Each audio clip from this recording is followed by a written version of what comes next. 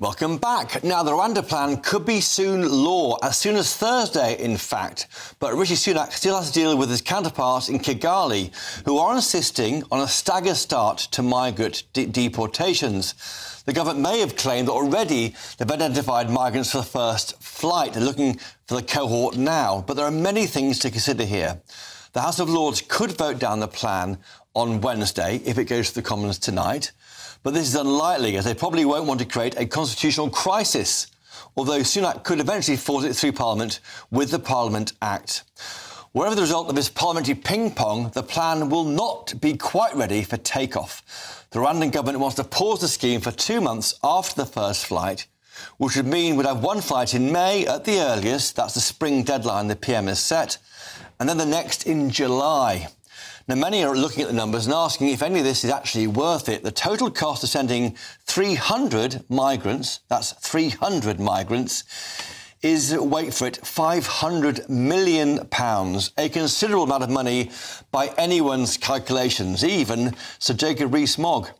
Now, Labour MP Neil Coyle claimed in the Commons today that the Virgin Galactic business can send 6 people to space for the amount the government is planning to spend one migrant to Rwanda.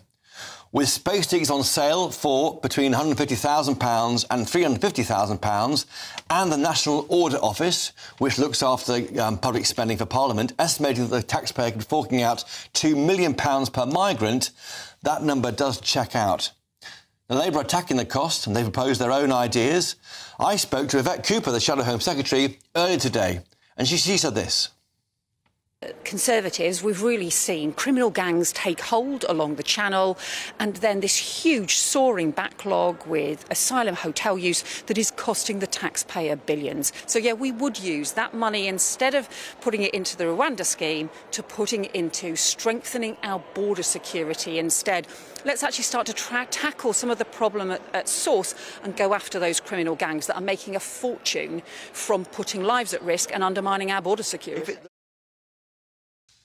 Now, the costs may be literally astronomical, but the government maintains that the deterrence factor is worth it and will stop the boats by breaking the business model of these people traffickers. So where are we, and where do we go from here, you ask? Well, don't worry, my guests are here to work it all out for you.